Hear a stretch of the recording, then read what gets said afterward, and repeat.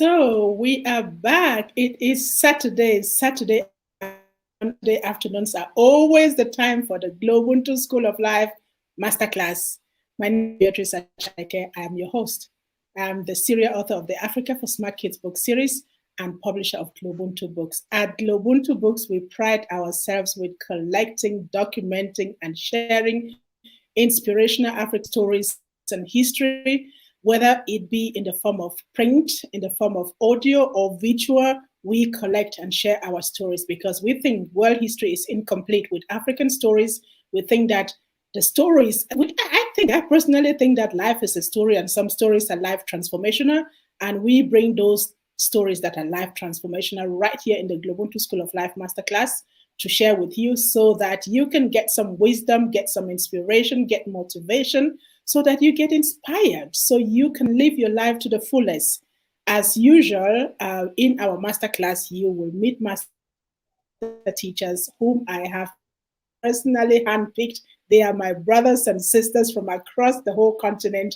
And what they come here to share is what my sister Mbao is going to tell you. But let me tell you this. We are more connected than ever. And now is the time to share our African stories. And I'm happy to be the host of this particular School of Life Masterclass.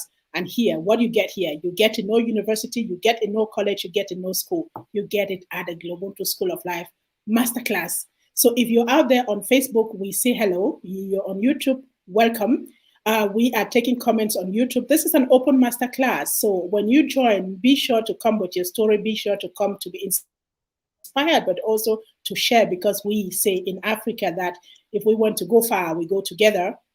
And we really want to go far with all of us. So our collective stories is what we're looking for here, whether you are in the background or you are in the studio with me. So make sure to join the masterclass. Without any further ado, I will bring my sister up. But before I do that, I'll tell you, as you know, or if you're here for the first time, this masterclass comes to you in 4 chapters. In chapter 1, this is where we are right now. I introduce you to our master teacher of the day. And in chapter 2, we are looking for that defining moment that changed her life forever. In chapter 3, we are picking the nuggets out of her life, the 5 key lessons that she's learned so far. And in chapter 4, we are wrapping it all up with a series of very fast and exciting questions so she can put it again in a nutshell, and you get to get as much as you can from her today. So that said, I'm going to introduce my master teacher, my sister Mbao. She's here for the second time, and I'm so happy. The first time the network misbehaved, and we don't take any no from anyone when it comes to telling our stories, right, sister? So we just reschedule and we do the class again. Welcome. Thank you so much, Beatrice. It is such a pleasure to be sitting back in this chair and to be able to connect with you and your audience. I have mentioned to you before how wonderful I think the fact that you are providing this platform for Africans to be able to tell their stories is. And so it's always an honor and a privilege to be here with you. Thank you, everybody, for joining in today. I love your outfit. I love your African outfit, and I love that flower behind you. It's really beautiful. Thank you. Can I tell you a secret? The dress is actually, I actually designed these dresses myself. Oh, wow. Oh, wow. I should do one for you. You know, you got witnesses. You better watch out what you do.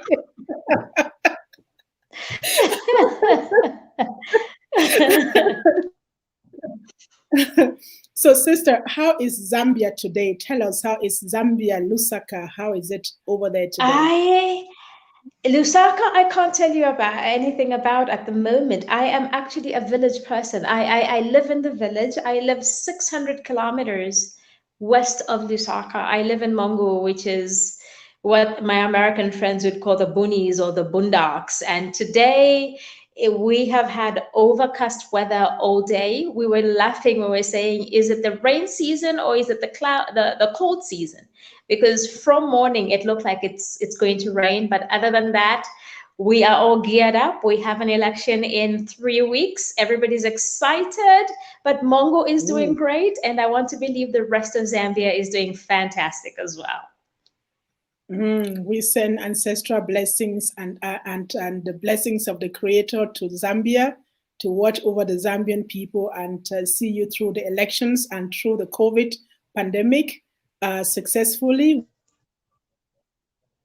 We wish you all the best in your journey of lives, and we are hoping that this is over quickly. So that said, let's get into our masterclass today. So, sister, you are in the class for the second time, and some of the things will sound familiar to you, but we just go over it. Now, as we're starting, the first question would be what is the thing that treasure, that gem that you have discovered in you during this pandemic and the subsequent lockdown? For me, it's something that has been there all along, and it's deeply steeped in the African philosophy of Ubuntu. Nobody, we do not get out of this alone. Nobody gets through this alone. And I say that because if we are learning anything about the pandemic, while it can be a very isolating disease, the reality is all of those people who are managing to get out of it have been able to do it by connecting, number one, with themselves and connecting with the people around them. So, if anything is clear during this time, this isolating, this time of reflection, is that number one, even in the isolation, we are not alone. We have the rest of humanity to rely on. Important thing to know is that we are not getting out of this alone. If we are going to do this, we are going to do this together, or we are going to be unable to do that and we are going to perish. Alone, we perish. Together, we thrive. We not only survive, but we thrive. So, for me, that's a very, very key lesson during this time of the COVID pandemic. Wow, that is so powerful. It started not with some. We got into it together. It started from somewhere. Eventually, we all got into Yes, it. That's what it is because we are all interconnected, and we are exactly. gonna get out of it together again. Together. Love that lesson you've learned. I love that. So, with that in mind, let's go into your story. What will you say is that God defining moment in your life that changed the course of your life forever? Over Oh, to you, wow. master teacher. I would say multiple, but if we're talking about my professional career, for me, I was living in Chicago at the time. And I remember waking up one cold morning and looking out my window, and somebody had dumped a used computer outside. And I went downstairs, looked at the computer. I asked if I could take it. The African in me says, even if it's on the street, you can't take it. You need to ask for permission.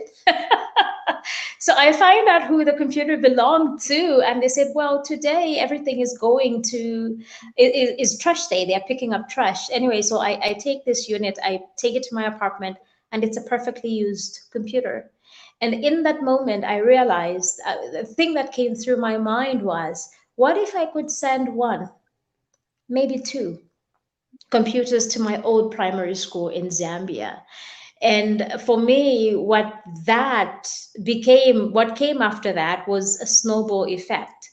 We were very, very lucky. We managed to send a whole lot more computers, but this was, even though I didn't realize at the time, this was the making or the beginning of the nonprofit that I now head called Project Educate, which was the first nonprofit organization to actually introduce the use of computers into primary schools in Zambia's or in the western province of Zambia. That was key because from there we didn't stop. It took a while before I realized what I was going to do was establish a nonprofit. I tell the story of how I didn't set off wanting to start a nonprofit, but after I had sent that first batch of computers to Zambia, books followed, and then you had volunteers follow, and then you begin to realize, or I began to realize that I, by simply being in the United States, had an opportunity to actually access resources that not only my old school, but my community did not have access to. And so it took a while, but at some point it got to the stage where I went off and registered a nonprofit. It's a nonprofit that has had profound effects on my community, which is where I now live, and proudly so, because part of the journey for me has been you cannot effectuate change by remote control. You need to be able to be in the community where you work. You need to be able to walk the soil. You need to be able to sit and listen to the people, because that's the only way you are able to curate change that is relevant. And well, one of the questions I get asked a lot is, but why did you decide to come back? And then I throw back the question, why did I decide to come back home? Is that what you're asking me? And you can literally see the wheels in the minds of people turning, because they realize if change is going to happen, it's going to start from home. The old adage, charity begins at home, is not just a saying, it's a very relevant and very true saying. And I think that's probably one of the reasons we find that people from outside have challenges bringing about change, not just in Africa, but in any community that is not indigenous to them, or a community that they do not live in. And so, anyway, after sending computers, after sending books, after sending volunteers, I found myself back home. And what was very clear is that Africa's change is going to be curated by Africans on the continent, not by remote control from somewhere else. I can really resonate with that. Having returned myself, not to my country of birth, but to the continent, and see what that does to us.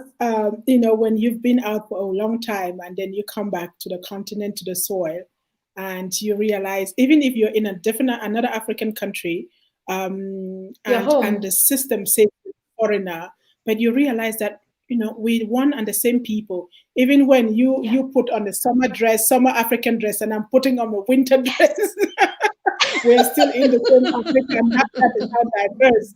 That is how diverse and huge this continent is. So I definitely agree with what you said, and think to people who are out there. If you're out there following this masterclass, the question is, where are you right now? What is your root? What is your identity? What is in your mind right now? If you had to make an impact, where do you think that you can make the best impact? From where you are, how can Yeah. you start by creating that impact, your legacy from where you are right now, so that at some times you may decide to make some radical move, like my sister Mbao and I did, make that quick jump back. But wherever you are, we just want to plant into your mind that if you want to create a legacy, if you want to affect change, start thinking about your legacy right now, and start thinking Yeah. about what is it that you can do today with the little that you have, or wherever you are, that you can, even if it means just fine tuning your mind to the idea that, I should start thinking about where I can make my impact. That will already Yeah. be a powerful beginning. Yeah. That said, sister, we are moving on. This is the GloBUNTU School of Life Masterclass. It is Saturday, and I just love Saturday afternoons because it is my drive. That's where I get all the nuggets. That's where I meet my sisters and my brothers from across the continent, and we share knowledge and experiences. Today, we are talking to my sister Mbao Ngula from Zambia, and she's sharing the stories, the moments that changed her life forever. So please, if you're out there, join the masterclass. This is open. We want to hear from you. If you're on Facebook, use the comment box. If you're on YouTube, we use the comment box as well. We would like to hear from you. We'd like to hear your experiences and what is on your mind right now, or what you're learning from this masterclass. But with that in mind, the moment that changed your life forever, we are going to dive into chapter two. Chapter two, we want to look for the lessons, the 5 key lessons that you learn. But I think before we get to the 5 key lessons, put them together again, sister. I know you have so many of them. Rearrange them while we go take a look. We're talking about effecting change, and you work with youth, and the Global Trailblazer about empowering and affirming youth.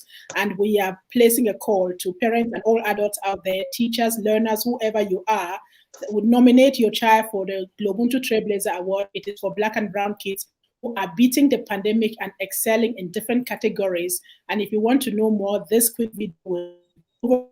And my sister, make sure that you get something to drink right now for during this break while we talk about. This is the GloBUNTU Trailblazer Award call for nomination round 2.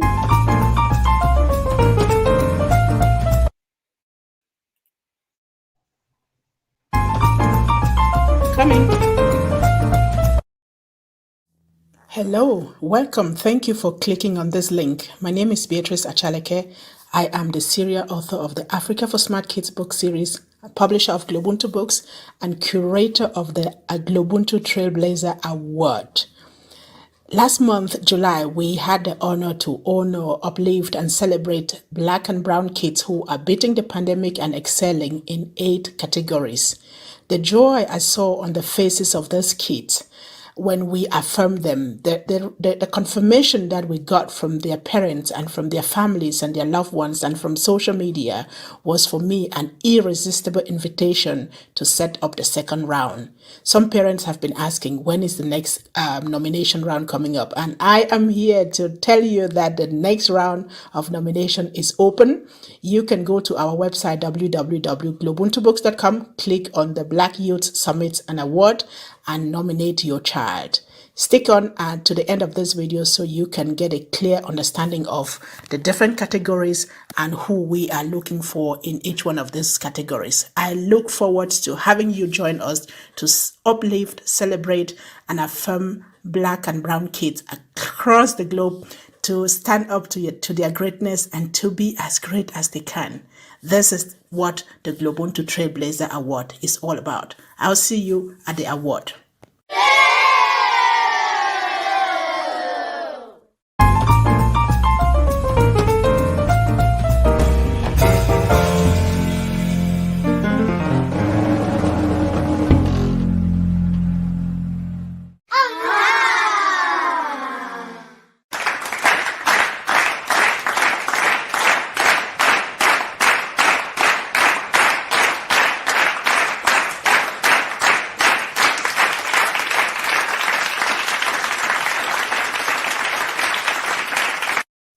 Here are the categories for this second round of nominations. GloBUNTU Creative Trailblazer. This category celebrates kids and young adults who, despite the pandemic and being locked down, have been able to use the time to ignite their creativity. This includes all forms of creative writing and publishing, including but not limited to books, blogs, podcasts, vlogs, paintings, drawings, music, poetry, radio programs, etc. GloBUNTU COVID-19 Solution Trailblazer. In this category, we are looking out for kids and young adults who have come up with any solutions, technology, devices, etc. that helps create awareness, offer protection and prevention or cure of COVID-19. GloBUNTU Community Impact Trailblazer. This category is for kids and young adults who are engaged in social activities in their communities and neighborhoods during the ongoing pandemic, such as helping elderly people and taking care of the needy and most vulnerable members of their communities. GloBUNTU Healthcare Awareness and Services Trailblazer. This category recognizes kids and young adults who are engaged in providing healthcare services to people in their communities, such as working in hospitals, COVID testing and vaccine centers, traditional healing programs, and any other related healthcare facilities. GloBUNTU Family Unity Trailblazer. This category rewards any contributions by kids and young adults in helping families stay together, protected, and happy during the lockdown. This includes helping with house chores, ensuring that quarantine rules such as social distancing, sanitizing, and other hygienic rules are respected at home. A GloBUNTU invention and innovation trailblazer. This category recognizes kids and young adults who, despite the ongoing pandemic and being locked down, have successfully invented COVID and homeschool related solutions that help people stay safe, protected, peaceful, and happy during the pandemic. GloBUNTU Business and Finances Trailblazer. This category recognizes kids and young adults who have successfully developed income-generating business solutions or concepts during the pandemic, which are now giving them an income. GloBUNTU Academic Trailblazer. In this category, we recognize kids and young adults who, despite the pandemic and being locked down, have excelled at school through excellent grades, regular school attendance, have always completed their homework on time, and or shown exemplary behavior at school. Thank you for staying right up to the end of this video. Now it's time to call you to action. Make sure to go to www.globuntubooks.com and click on Black Kids Summit and Award to nominate any child of your choice. Remember, we nominating children from the ages of 5 to 20. And kindly help us share this invitation, this nomination call. And remember that by just sharing, you could change the course of a child's life forever. We are going through the pandemic, and taking the time to celebrate our children is one of the best investment that we can do at this time. So thank you for helping us to share this invite around you. I'll see you at the award.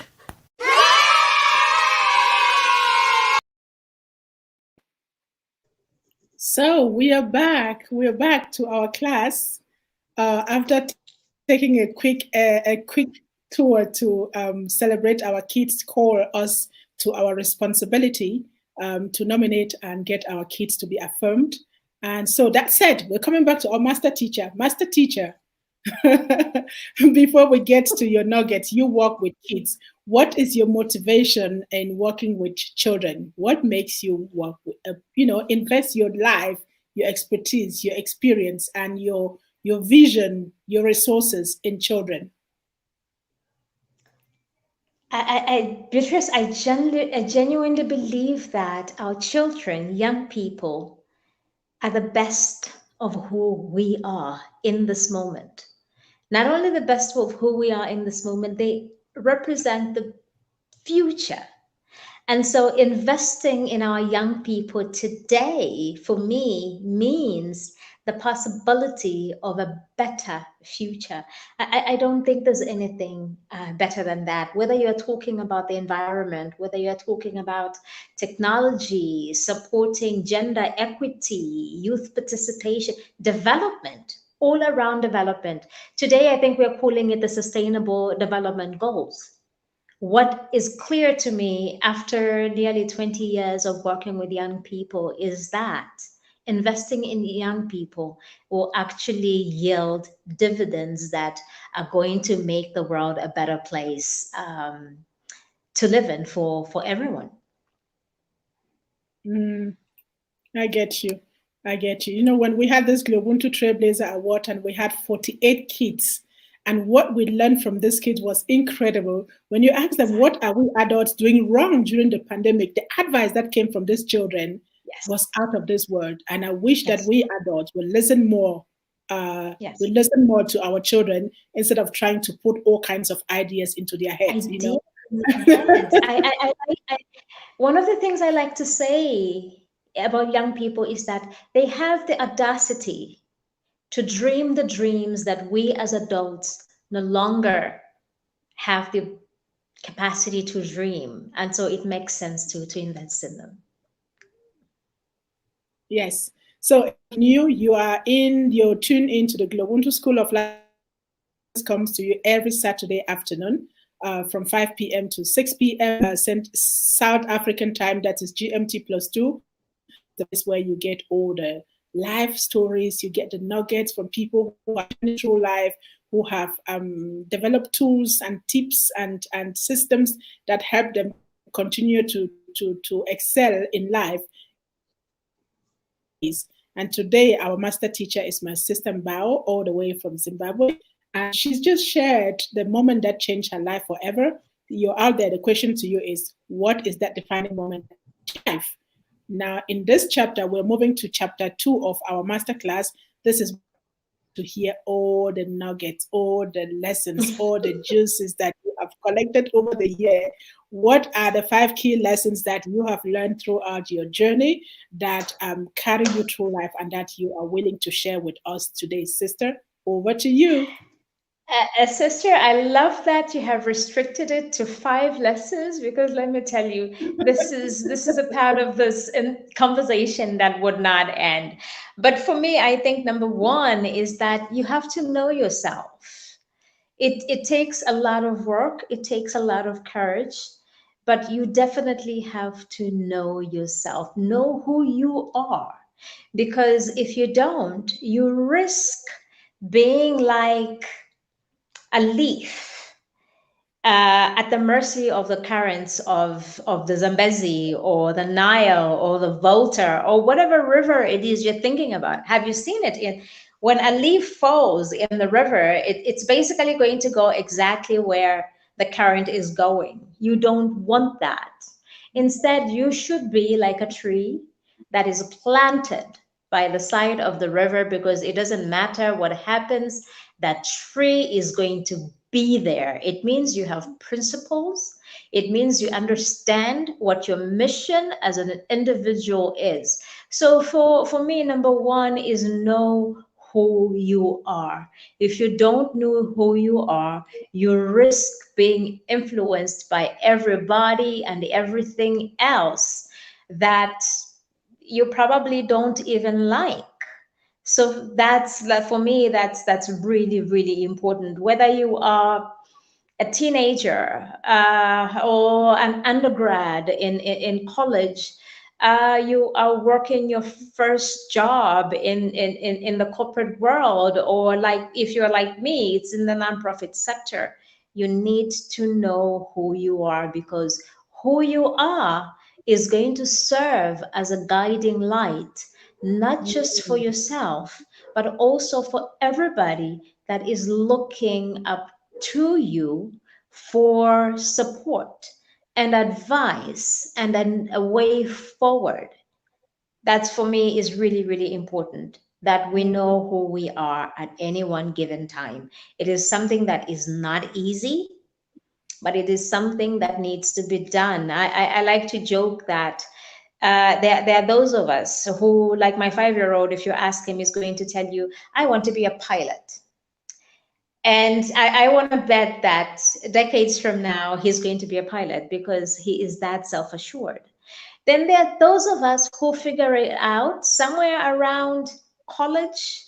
We begin to understand, oh, this is what I'm meant for. And then unfortunately, there is that group who just never get what it is that they want to do in life. And my advice is make sure you are in the 5-year-old category where you know who you are, you know what you want, or you are among those people who at some point in their life actually figure it out. The lesson here is know who you are. Mm. Mm-hmm. I get you, and I get tempted. I get tempted to jump in there. Someone said, if you don't stand for something, you fall for everything, and that is very Exactly. true. And another wise person said, be like a weed that bends when the wind comes but never breaks. And those are the Yes. nuggets that you're giving us. And I love that you say, know who you are, because that will serve as a radar for people who look up to you, people that you're Yes. serving, or people that come to you for inspiration. I just love that. Let's move on to lesson 2, sister. For me, the next lesson is it's not easy, but you have to stay the course. And for me, this has been the result of the first lesson, knowing who I am and understanding that whatever comes was not going to shake me. What I was doing, my mission, my work was so important that I needed to stay the course. I needed to stay the course not just for me, It's sort of, I know, and this might be sort of vain and maybe even egotistical, but just getting that validation because I've stayed the course. And the validation for me was seeing a number of young people who have gone through my program or the work that I do, making something of their lives as a direct result.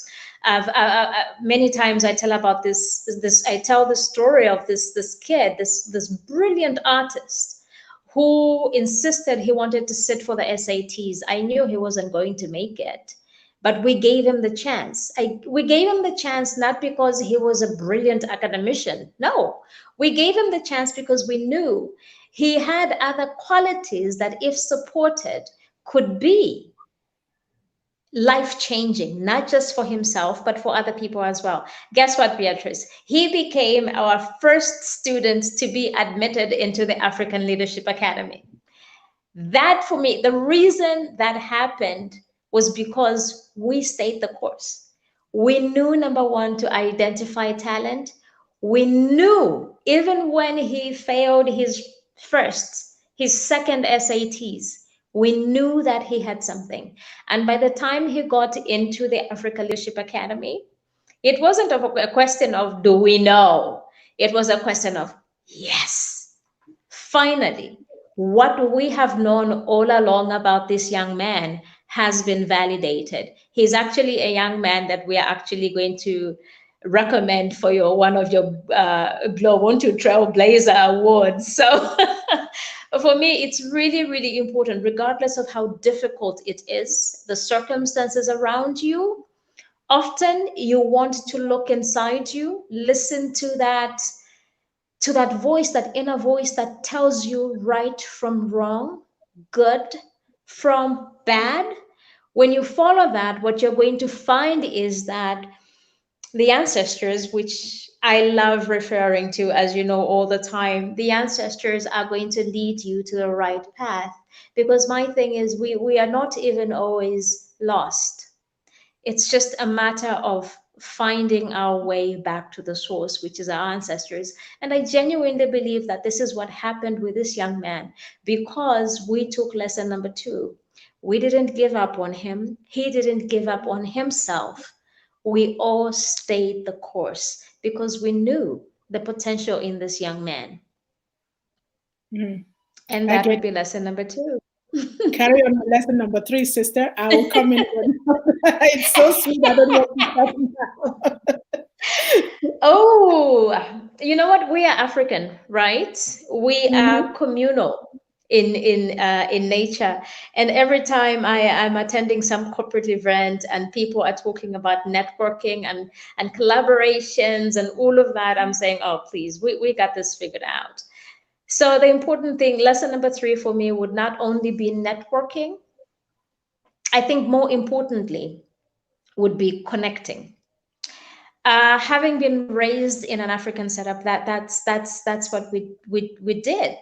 Playing outside in the yard, connection was very, very important. This is how we created our teams.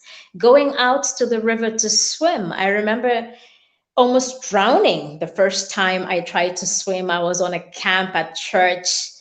The people who helped me learn to swim were the people that I had actually connected with during that time. And you see that a lot even in the corporate background. You can network all you want. You go to some event, you pick up as many cards as you would like, smile, say hello to everybody. But the people that actually end up making a difference in your work are the ones that you are able to connect with. So for me, lesson number 3 would be connect, connect, connect, connect. I consider myself very lucky having had the privilege of living in Western society. It's wonderful, but one of the things I missed was the connectivity of African society. And I love that that component of African life actually is relevant to corporate life as well. Like it. Love, love, love, love. Stay your course. If I were to summarize that, I would say it means build your resilience muscles. build your tenacity muscles, build your Exactly. patience muscles, learn your journey. If you fall down, stand up and continue. Don't give up, right? Yes. And if you fail, some people say you fail. And I found a quote from someone, one of these wise spiritual leaders from Asia. I forgot the name. He says, fail is first attempt in learning. Yes. First attempt in learning. And no means next opportunity. If someone says no to you, it means next opportunity. Next So, opportunity, please. I think I love that one staying your course. And sometimes we're so impatient. We're so impatient to get things through that we give up Yes. very quickly. And if you have read Yes. Think and Grow Rich, they say you're always 5 minutes. The goal is always 5 minutes away from you. You know, it's always, and someone said, quitting is always too soon. And it doesn't matter what it is, quitting is always Yes. too early. So Too when you are early. in the course, it means all those values, you have to embody them in you, those principles: patience, Yes. resilience, tenacity, learning, not giving up, and knowing where you're going to.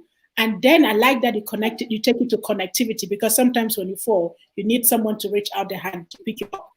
Sometimes when you're tired of training, you need someone to give you a shoulder to lean on.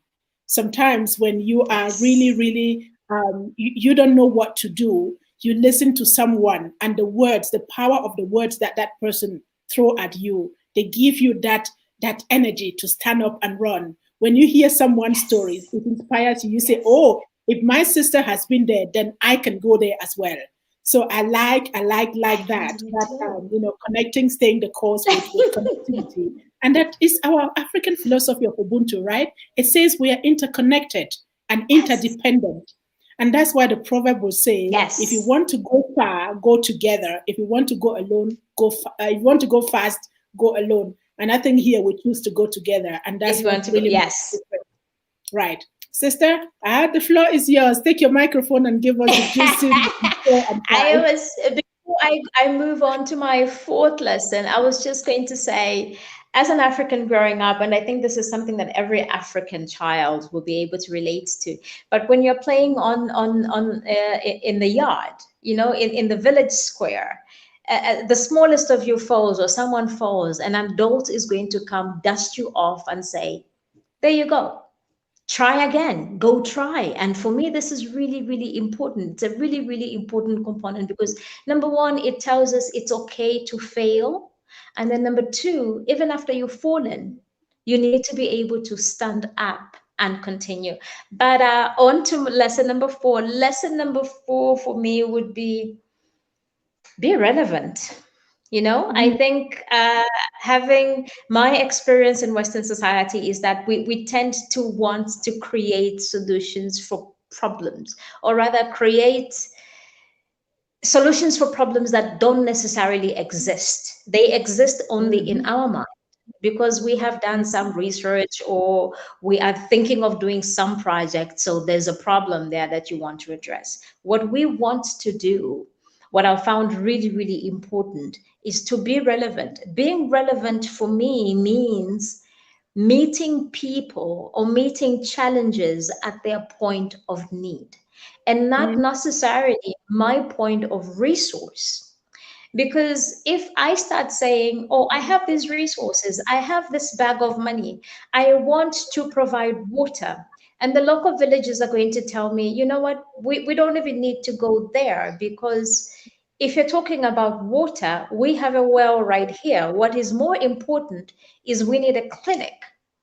So if you are really, really there to help, you have to be willing to shift direction, move from providing water because the villagers already have that taken care of. They have a well. And to Western society, when I say a well, they say, "Well, it's a hole in the ground." But wait a minute, this is clean, filtered water. What people need is a clinic so their children can get vaccinated. They have access to basic health care. Question is, are you willing to invest your resources into what people need your resources to address? Very, very important.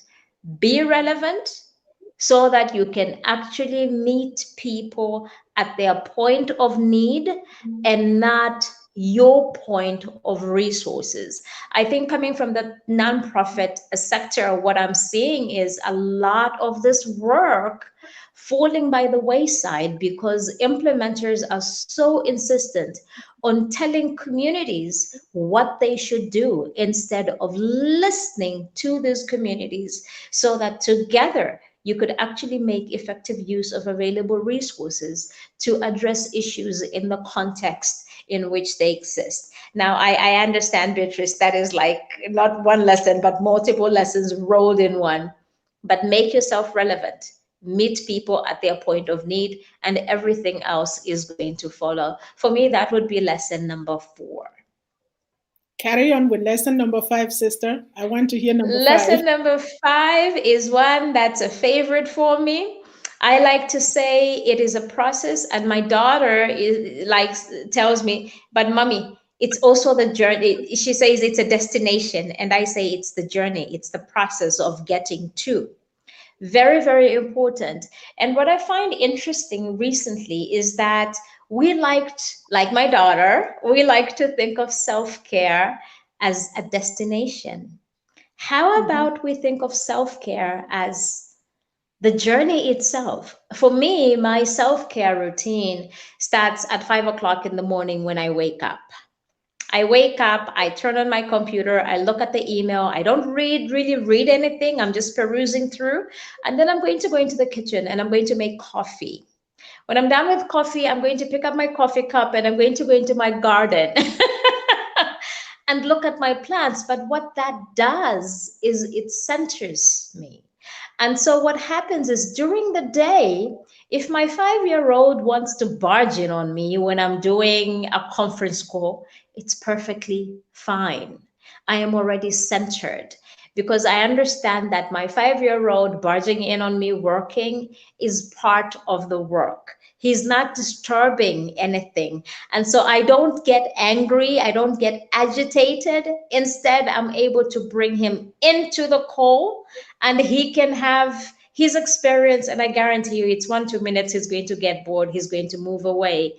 At the end of the day, I like to relax, watching the sunset. Maybe I'll have a glass of wine. If I'm happy, maybe I'll have two. But the bottom line is self-care is not the destination.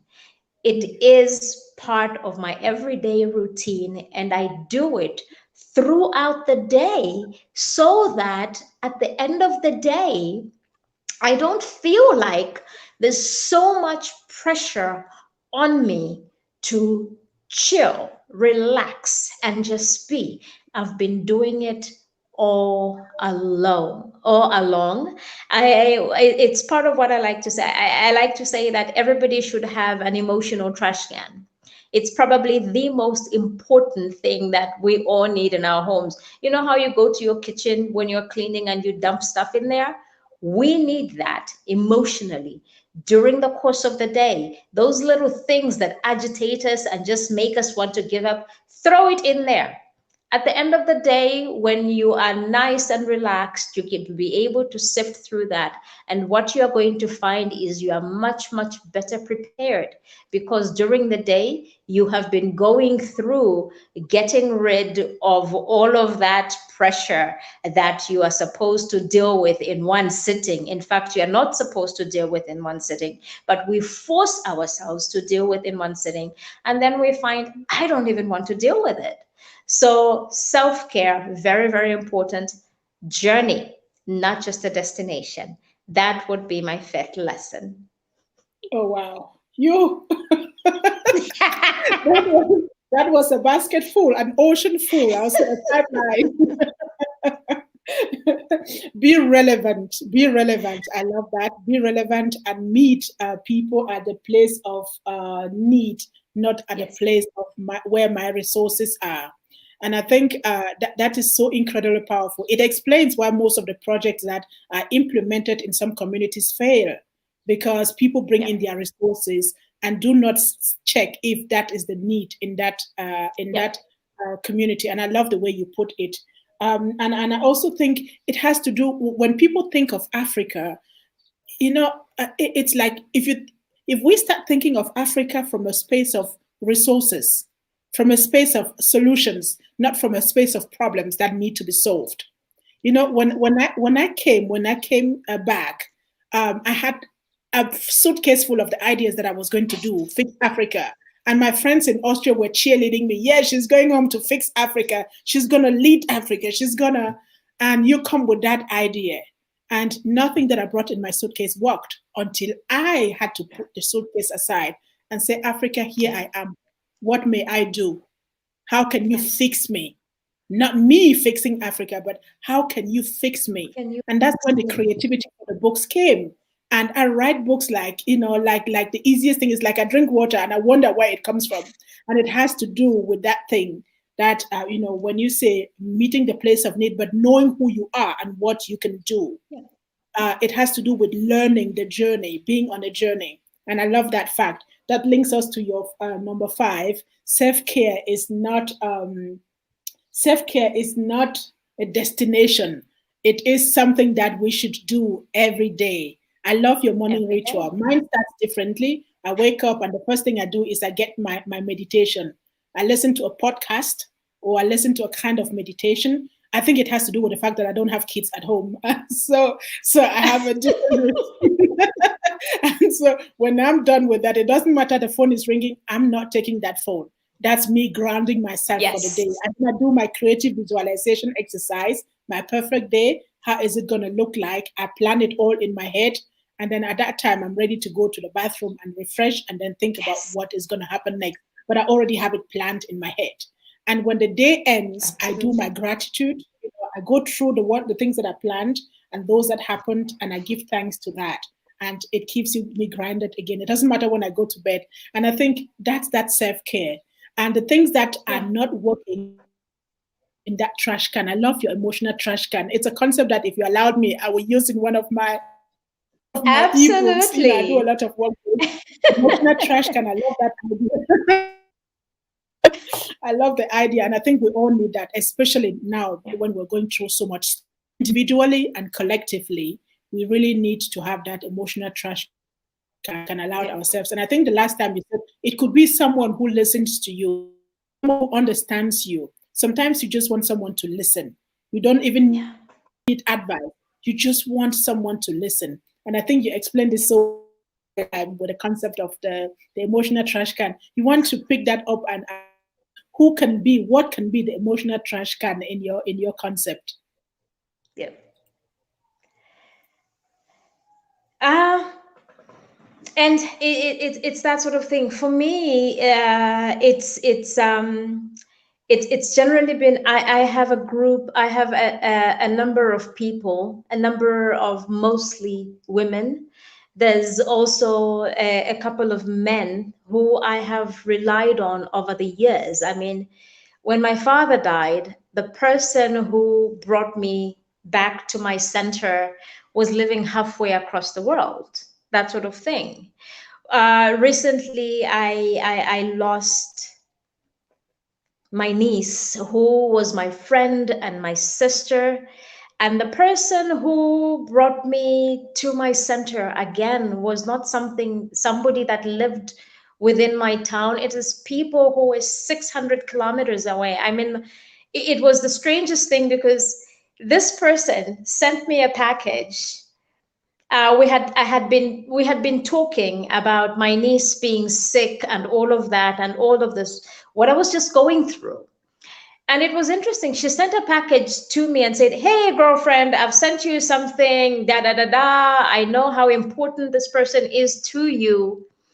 But if somebody else had sent me that package for the same reason, it might have meant nothing.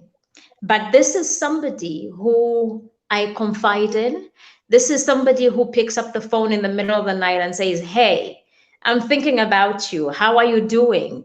That kind of person. And so it was interesting because this package arrived the day before my niece passed. And Mm, it wasn't only warm.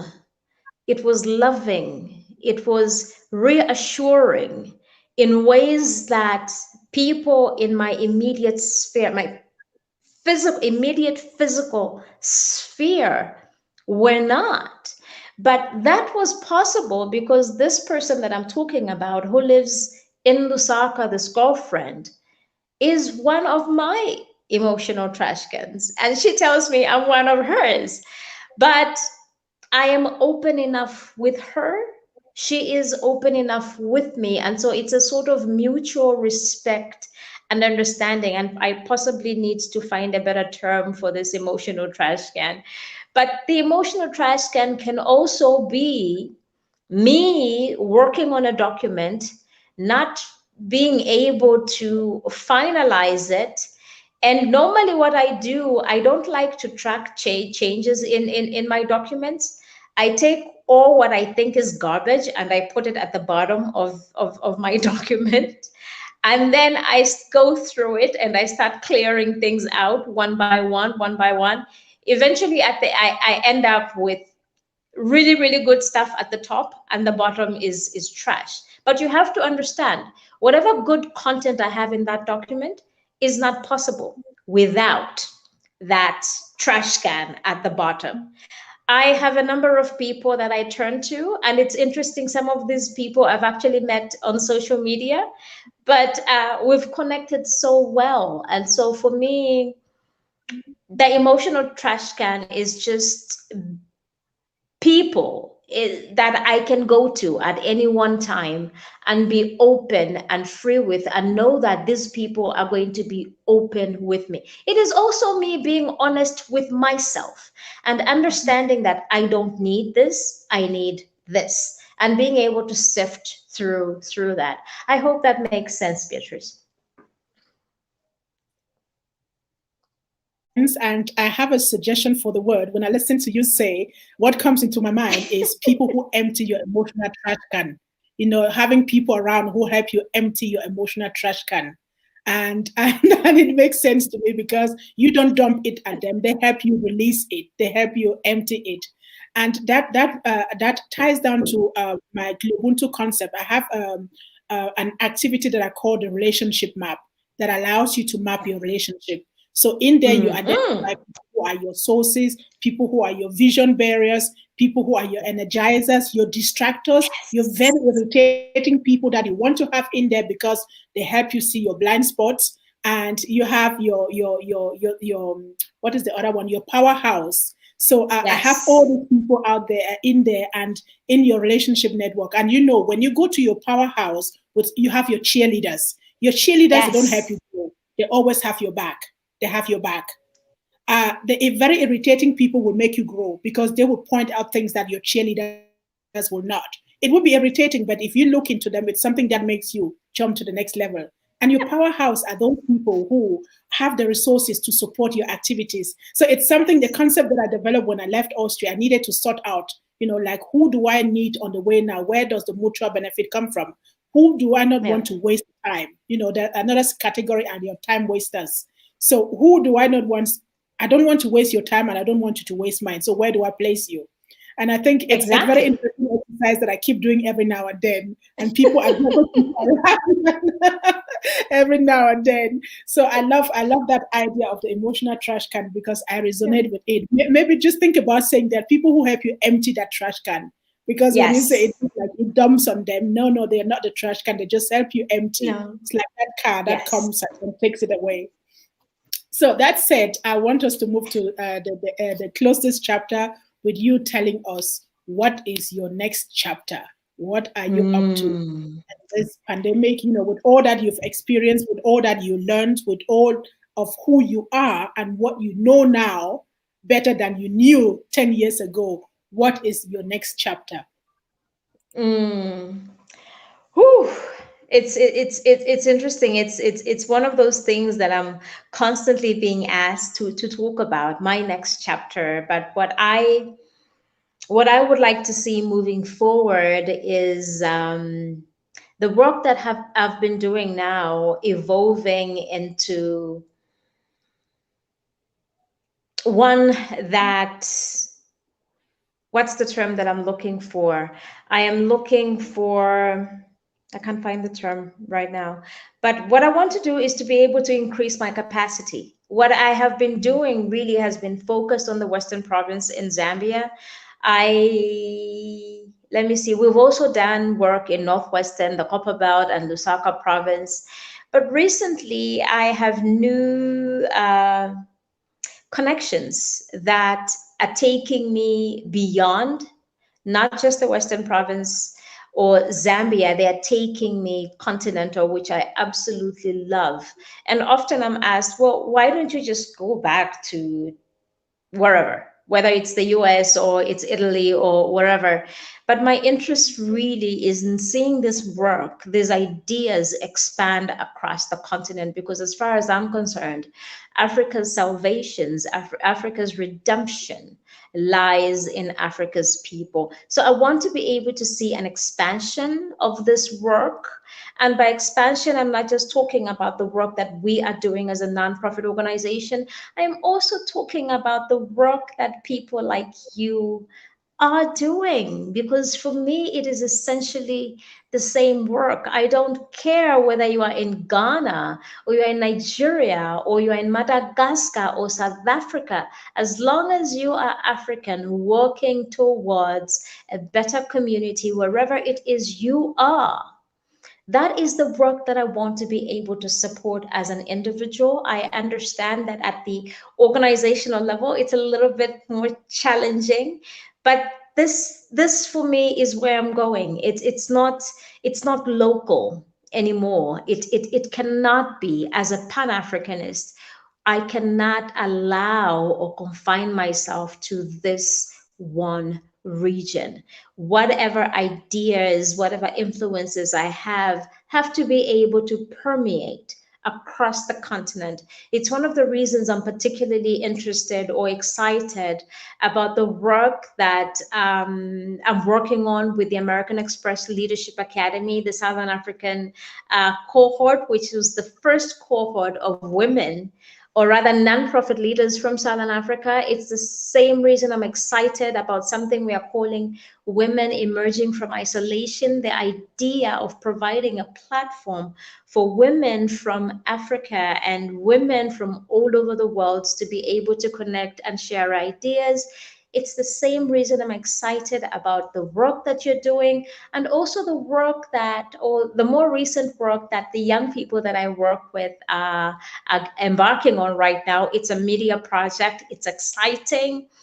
But for me, this is it. To be able to see a unified African voice for me is really, really important, because it says we are African, we are here, we are global citizens, and we are willing and able to contribute to a better world.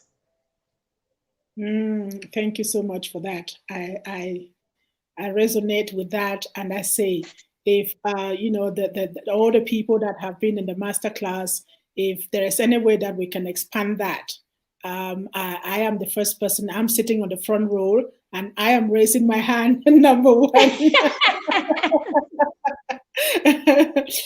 Because I think our time is now. It's time to really connect. And this is going to take us to the African Women's Day, that I will explain to you very quickly. This day was organized in 1962, came into being in 1962, when all the men met in Addis Ababa and were negotiating, what form of Pan-Africanism should we have? While they were still talking and talking and talking, a couple of women from around the continent pulled themselves together and they created the Pan-African Women's Organization. And that was 1 year before the AU was formed. That's how fast women are. And so this day has been run there for over 58 years. It's been celebrated in small circles. And we met, a couple of us met in Clubhouse on the 1st of July. And one of them said, Beatrice, did you know about that there is an Africa Women's Day? I said, yes. I wrote that book on the Africa's female presidents and prime ministers. And I surveyed the AU days. I know all the AU days and decades. And I know that I wanted to host an event last year. And she said, how about we do it this year? We've been for 22 days, and so much is being done, raising awareness on Africa's female presidents and prime ministers. And on the 31st, we're going to have a couple of them come to speak. They have agreed to come. And what they say collectively is the isolation that they feel when they are at the top and the challenges that they have to go through by themselves. And then when you are brought down by a journalist, an unthoughtful journalist or a biased journalist or anyone, it's like you alone, you go to the, it's like the knife is at you. And we're saying, like, I like what you just mentioned, that if we form that tribe, I call it a tribe, where we support each other, And the example that I bring up is, you see, Ma'am Winnie Mandela, people dumped all kinds of things on her. For her up. And people stood up and supported all the junk that was being dumped on her. She had to pass away for people to start confessing that most of those things were actually blackmail and not real. And I think we don't have to wait until the people who stand up for us, the women who stand up for us, are gone before we realize that things were being done on them. Having that Pan-African front where we can support them no matter what. You are a woman, you served us, you are a way maker, we got your back no matter what. Exactly. I think that's where I'll see us get to. Talking about that, let's bring the event into the masterclass. Just so people who are watching us, you see what it is. It is the day that we're inviting you to come celebrate with us. It's the day that we're inviting you to come learn about Africa's female grandness. This is what we're talking about. So let's see what it's about.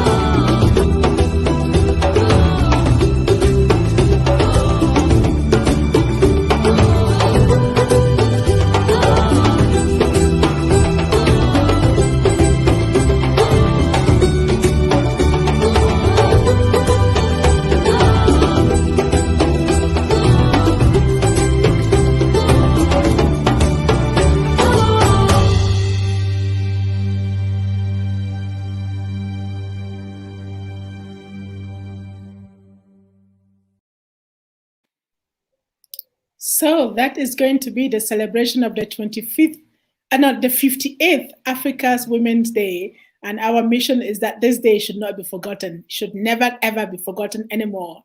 And our children should grow up knowing this, both boys and girls. And we are so happy that, again, some of these female prime ministers and presidents have agreed to share their political legacy. And that is just going to be the beginning of what we're planning for next year. And I hope that we build that tribe, that we build that circle, that we build that backbone that supports us women, because we're Black women no matter what. That said, sister, is there something that you'd like to add before we move to the last chapter of our masterclass? Oh, no, you mean besides thanking you for being a fabulous African woman? No, we can continue on to the next segment. I think I was not always. I think there's a lot that I need to catch up to be a fabulous African woman. So I'm trying to no. You have no idea. I was actually going to ask you if you have images that we could use. One of the things we're trying to do is just create posters and materials that is authentically African, and I'm looking for those trailblazing African women, and you're definitely one of them in all of your fabulousness. So we can talk about it later. Yes, let's talk. I think I have quite a lot for you. I have African women Wonderful. in aviation. I have African female millionaires. I just have stuff. So let's move to the last chapter of our masterclass. And as you know, this is that part where you just complete a few sentences for me, and we make it as fun, as authentic, as original, and as uh, uh, uh, uh, original and a learning curve. Okay. And I think you're familiar with some of the Yes, questions. I remember this from last time. So you never know what is coming. This is true. So, okay, sister, complete the following sentences for me. Number one, the 4 words that define me are. 4 words that define me are resilient, relevant, Mhm. consistent, African. Loving, love it. I sense it right here. It comes through the screen to me. I feel it. In the face of unexpected adversity, I am charging through. And I hate to say that because I've learned over the years to stop and listen, but usually my thing is to jump right in and try to find a solution. This is who I am. This is how I react, especially when in a situation where somebody is disadvantaged, underprivileged. I do that. I grew up like that, giving away my clothes to kids who didn't have any, giving away my shoes. My mother would scold me, but I see now that this is the person that I have always been. I'm just growing into that person. So, yeah, in the face of adversity, I am going to run towards it and see if I can find a solution. Mhm. Love it. What most people do not know about me is that. I can sing. I have a singing voice. Oh, well, hear you sing in another session, But sister. Oh, you want to give no, but us? okay. If I'm being absolutely honest, and I get scared. Many times I get scared. It's not a face or in me that many people recognize because I'm so vocal and so out there. But the reality is, many times I'm afraid. I'm afraid. I fear. But my essential nature is that of an introvert and not an extrovert. I prefer the quiet and peace of anyone's situation than the opposite. Mm-hmm. Mm-hmm. The essence of Ubuntu to me is. Africanacity. I think it's essentially humanity. This is the ethos that has defined me, my upbringing, even when I didn't know what it was. I tell stories of how growing up we lived in this small house, and when the cousins and the uncles came, we literally slept under the dining room table because this is the space that my parents had created for all of us. We take that with us today. Me, my siblings, and everybody who was raised by my parents. I do not know anyone who would turn anybody away because they didn't have an extra bed in the house. So for me, the essence of Ubuntu is humanity, humanness. And I think that's something that goes across the whole continent. I can tell the same Yeah, story, you know. yeah. And but we'll talk about that another time. Let's wrap up our masterclass. What motivates me in my work with youth is. Knowing that they can change the world. They can create a better tomorrow than we can. Their visions, their dreams, and aspirations are valid. We just need to ensure they have the agency We don't even need to interfere with them, just support them. They will create the world that we want to live in. We just need to trust them. And that's what I try to do. Trust young people with the future of our planet. Mm, mm. If I had my life all over again, I would. Hmm. That's a tough one. I don't think I'll do anything differently because for me, I know I honestly wouldn't do anything differently. I would be doing the exact same thing that I'm doing right now, and I would have loved to have learned the same lessons that I have learned over the years because I think they have made me a better person. And one of the guiding lights for those lessons was my father. I remember when he was still alive, I was visiting from Italy, and the then president, who is now passed, had said something that had angered me. And I was so mad. I was going to travel to Lusaka the next day to catch my flight. And I said, "Oh, he's an idiot." And literally, my father called me aside and said, "Mbao, no, he's the president. He's an adult. Listen to him." And every time somebody says something stupid and I want to yell at them, my father's voice comes in and puts me in check. Mhm. Just because it doesn't resonate with what you have in your mind doesn't mean that they're wrong. Exactly. The one thing that I always have in my refrigerator is A bottle of wine. In this case, a bottle of South African wine. South Africa. There you go. Zambia to me is Home. mm, Home. I And appreciate for that all my style. times of living abroad, Zambia is home. The only reason I came back is because it's home. What I think what I think the world can learn from Africa is It goes back to the same ethos, the same philosophy, humaneness, Ubuntu, mm, being mhm, kind and considerate, not just of the people around you or those far away from you, but also being kind and considerate towards the planet. Ubuntu, the idea mm, of Ubuntu, the idea that I am because you are, extends beyond humans.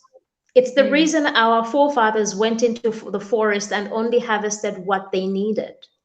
mm, It was that consideration. If I overdo this, I am going to destroy the same ecosystem that has supported me and the ones that came before and the ones that will come after me. So, yeah, humaneness, I Ubuntu. hear you. What makes us African women stand out is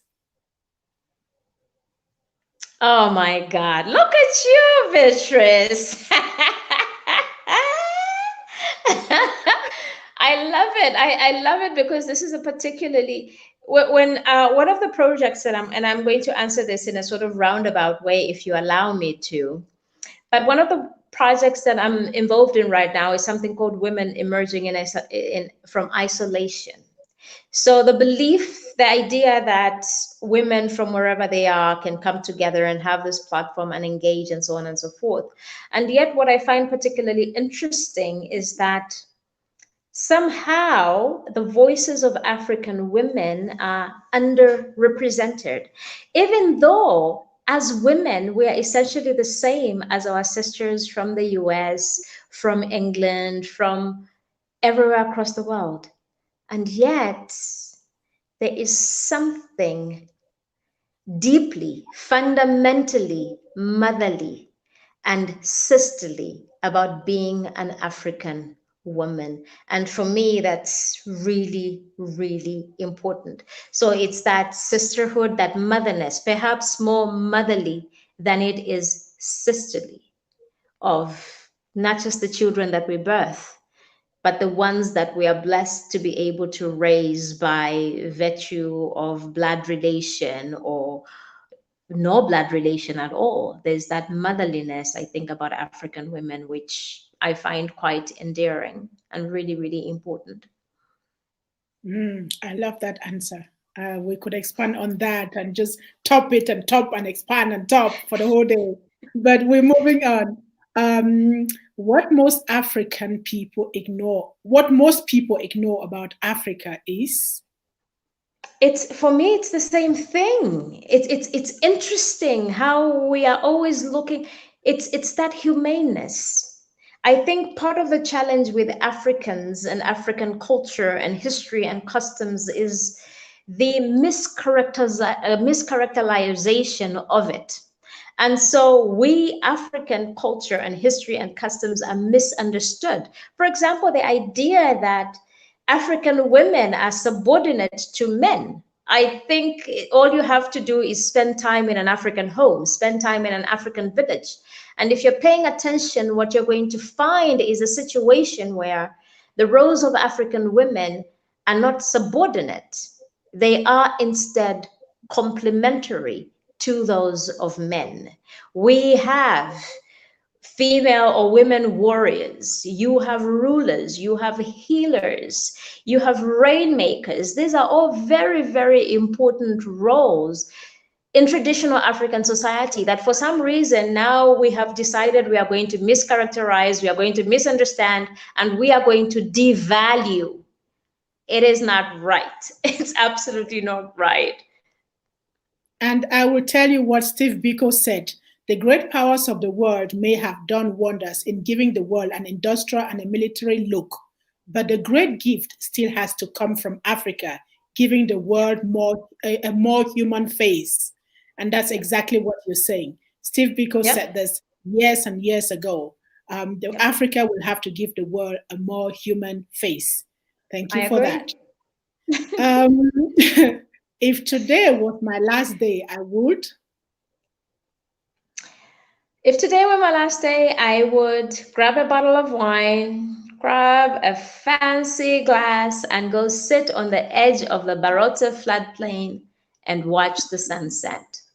We have some of the most amazing sunsets, and if I am going to go out, man, that is one great way to go out. I think I'll come watch the sunset with you. Absolutely, please do. The riskiest thing that I ever did is The riskiest thing that I ever did, get on yes. a plane with next to no money and go start life on another continent without knowing a single person on that continent. That, yeah. That's me coming to South Africa 6 years ago. I see where you and I connect. Being alive to me is Living every moment.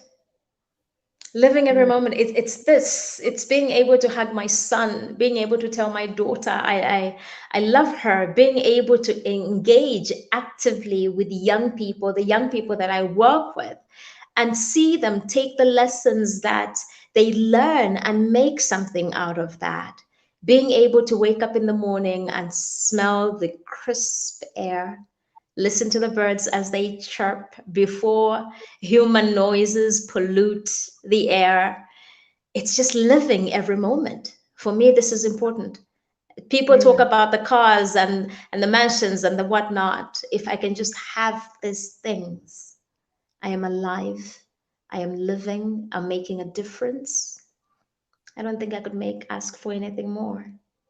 Now let's pull you out to make something crazy. If I was the president of the United States of Africa, I would. Oh, I would institute Ubuntu as a continental philosophy because it takes us back to the basics, the important stuff. It means we are taking care of our young people, we are taking care of our women, we are taking care of the environment. I would definitely, if I were president of the United States of Africa, I would mandate, well, I hate to use the mandate, but I would definitely advocate for the implementation of Ubuntu at every sector of the continent because it's that important. I'll come for you. I'll come for you. The one family tradition that I will uphold to the end of my days is Oh, those family get-togethers. I think in the old days, they would be the equivalent of, I think, because I have so much, my history, a lot of my history is based in America. It would be the equivalent of Thanksgiving. So traditionally, when African families harvested the crops, they would take the first harvest and uh, pay tribute to the ancestors. But after that, they would all get together as a family, cook. They would commiserate, and everybody would be together. For me, that's really, really important. I think it's the hallmark of our Africanness: family, connectivity, being together, taking care of one another. I think really, really important. get you. And the final one will be I want to be remembered as an African woman who Made a difference where it mattered. A woman who was not defined by material things, but instead was defined by ideas that actually made a difference on the continent. For me, this is really, really important. We need to be able to be creative thinkers. We need to be change makers. This is how we create a new Africa. We don't do it by just going back to the old stuff. We do it by going to the old stuff and bringing it into the future and creating a hybrid that works for everybody today. I accept, I take, I celebrate, I honor that. And I'm all the way with I think you. the So ancestors with are that, happy today. oh yes, they are. And we had a good network. We had a feeling that today was gonna be a good day. Yes, yes, And the yes. conversation was good. So, sister, we are coming gradually to the end of the masterclass for today. Is there any other thing No, let me to just round up your class? No, let me just thank you, Beatrice, once again. You know how dearly I feel about you. But always I want to take the opportunity and say to Africans at home and in the diaspora, you are the saviors that you have been waiting for.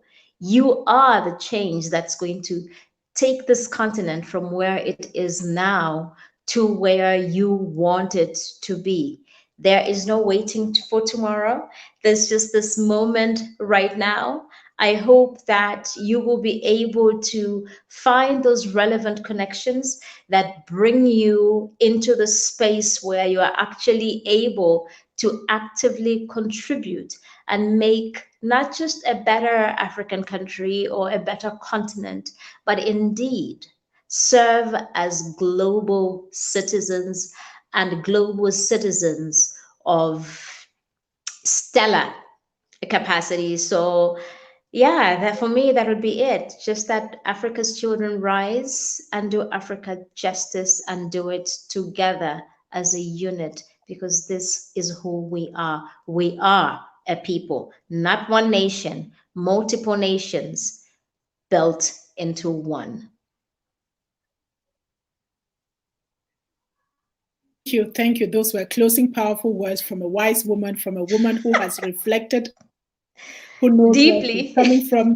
This is a woman who knows who stays true to her cause, and this is someone who is connected and knows how relevant she is, and this is someone who is speaking from a space of what self-care means to her, because doing all those things that she mentioned and owning your Africa and your responsibility as well is taking care of yourself and the continent where you come from and So that said, thank you so much for having joined the GloBUNTU School of Life Masterclass today. My name is Beatrice Achal again. I love, love, love African stories. I love my Saturday masterclasses. I love the time with sisters and my brothers that we just share and connect across the continent. And I hope that you out there, you love the masterclass. And again, we're constantly looking for master teachers. If you are one, you think I got a story to tell, please inbox me, come to the masterclass, come into the studio and share your story. You know someone who could be a master teacher, please share with them, let them come into the master class. We want to collect and document our stories. Not everyone has the power to write their biography. Not everyone has the power to sit down and tell the story. And we all have great stories. And if you are that person that doesn't know where to start and you don't want to write a book, let's do a digital storytelling. Let's collect so your children and your great-grandchildren do not go inventing your absence, your presence on this planet. Mandela once said, across generations and across the continent, people come and go. Some people leave behind nothing, not even their names. And that's so tragic. If you journey through this planet, you leave and no one knows where you went. And that you deprive your great-grandchildren of the pleasure of knowing their grandmother or their grandfather. It is a responsibility. I'm calling you to action. If you love what we do what you do on Facebook or YouTube. Just like the channel, subscribe or ring the bell or whatever it is so you don't miss another masterclass. That said, it was my deepest pleasure. We crossed the line again. This is the new benchmark. We almost got to 1.5 hours. This is the first time that we go that far. But again, this is the masterclass. When it is interesting, we keep it interesting. So thank you for your patience, for being out there. Saturday is another masterclass. And Saturday is going to be double party because we have the Africa Women's Day. And oh, my sister, I have to bring you on the screen with this. We have to do this together. Saturday, 31st of July. We have a masterclass, School of Life masterclass. We have the Africa Women's Day celebration with some presidents coming in. And